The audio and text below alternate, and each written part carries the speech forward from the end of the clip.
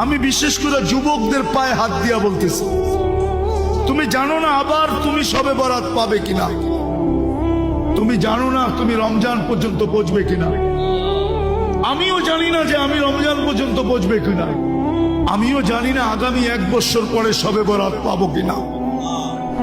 আজকের রাত্রটা হলো কালার রাত্র। নিজেকে রঙিন করো।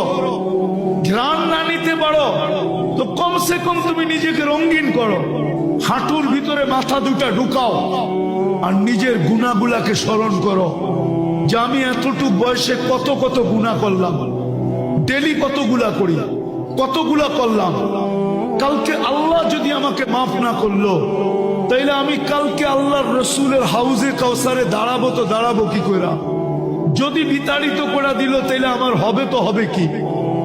দ্বিতীয় হলো আমি আল্লাহর কাছে যায় দাঁড়াবো কি কইরা? কি কইরা দাঁড়াবো? আমি একটা হাদিস থেকে কাহিনী দিতেছি, হাদিসের না হইলে এটা দিতাম না। বনি ইসরাইলে এক বদমাশ ছিল যার নাম ছিল কিফিল। কি কিফিল? কিফিল বদমাশ ছিল। সে প্রতি রাত্রে জিনার পিছনে বর্তমান টাকায় 50 থেকে 60 লক্ষ টাকা খরচ করে। আর এটা তার নেশা ছিল। আল্লাহ তাকে এত টাকা দিছিলেন যে পাহাড় পর্যন্ত তার টাকার সামনে হার মানত। একদিন এক মেয়েকে নিয়ে আসছে, তো কামরার ভিতরে ঢুকায় বলতেছে আমি প্রস্তুতি নিয়ে আসতেছি। যখন নিয়ে আসছে প্রস্তুতি, তো দেখে মেয়ে অজরে কাঁদতেছে।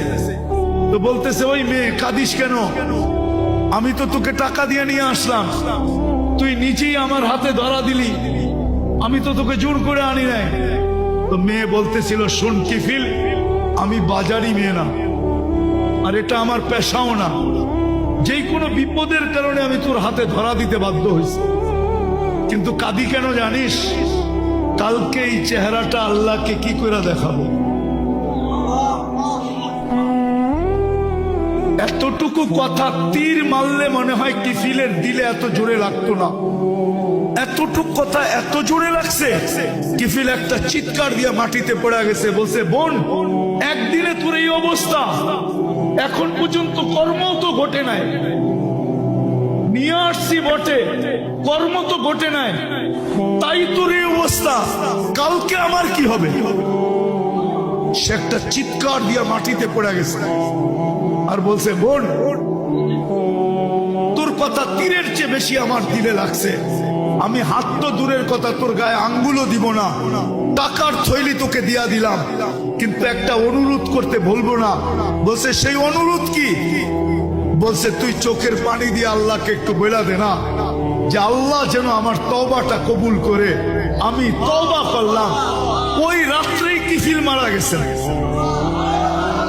সোনালী অক্ষরে দরজায় লেখা উঠছে, বা ওই জমানার নবীর কাছে পয়গাম আসছে, কদ গফারাল্লাহু লিকিফলিন, আল্লাহ কিফিলকে মাফ করে দিছে।